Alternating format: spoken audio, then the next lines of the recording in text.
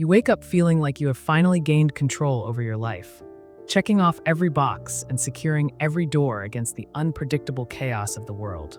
Yet the moment you step outside, the slightest glance from a stranger or a minor delay in your schedule shatters that fragile peace instantly. Why does the fortress we build for our happiness always feel like it is made of glass and paper? Seneca would argue that your anxiety is not a failure of preparation, but a fundamental misunderstanding of what it means to be alive in a world that owes you nothing. You are currently holding on to your possessions and your reputation as if they were permanent fixtures of the universe, rather than borrowed goods that could be reclaimed at any second. This constant state of grasping creates a tension that vibrates through every moment of your day, making true rest impossible and turning every joy into a potential loss. If we are to find any semblance of peace, we must first learn to sit comfortably in the wreckage of our own expectations and look directly into the eyes of the very things we fear the most. We often imagine that the more we accumulate, the further we move away from the reach of suffering and the closer we get to a state of invulnerability. However, the more control you seek over the world around you, the less control you actually have over the world within you. Seneca observed that many men are effectively slaves to their own great wealth, spending their nights in a fever of worry about things that do not truly belong to them.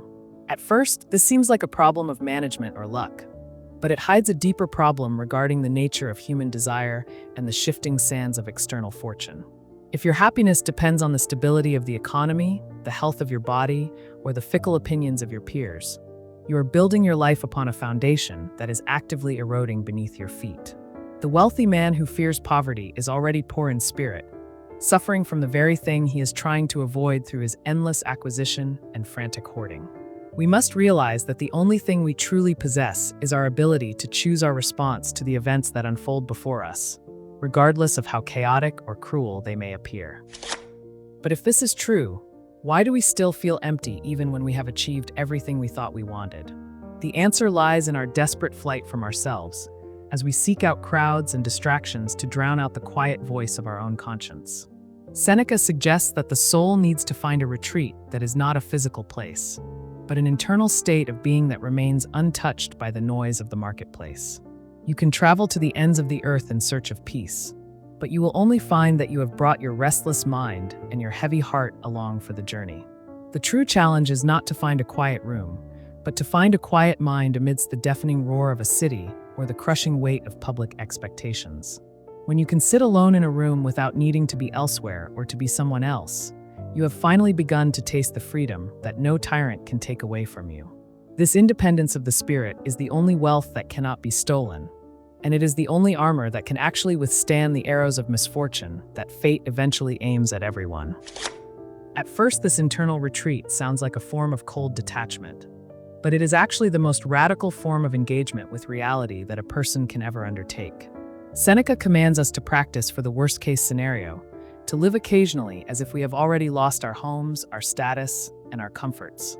By intentionally experiencing the very things we fear, we discover that the reality of hardship is rarely as terrifying as the monster we have created in our own imaginations. The more you shield yourself from discomfort, the more fragile you become, until even a cold meal or a hard bed feels like an unbearable tragedy that ruins your entire week. The practice of poverty is not about celebrating lack, but about proving to yourself that your worth and your survival are not tied to the luxuries you have grown to expect.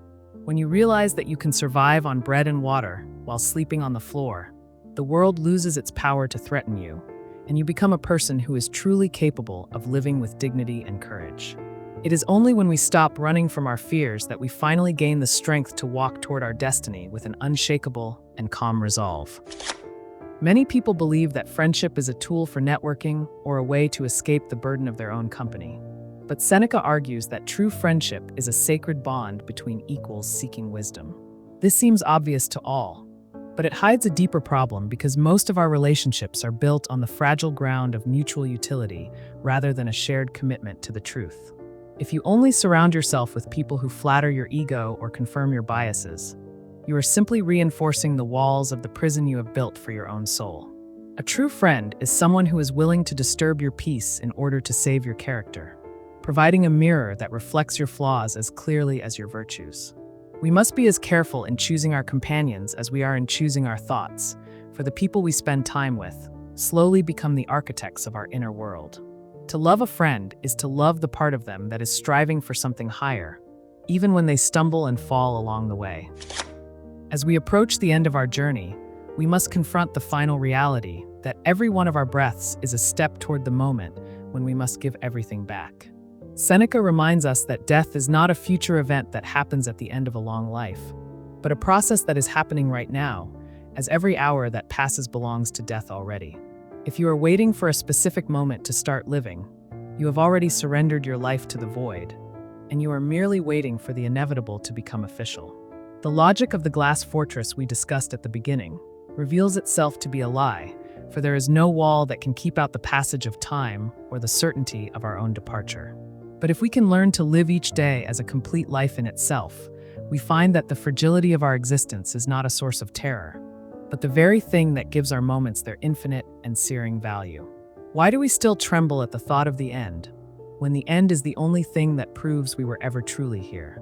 The lingering question remains: if you lost everything tomorrow, would you finally be free to be who you truly are?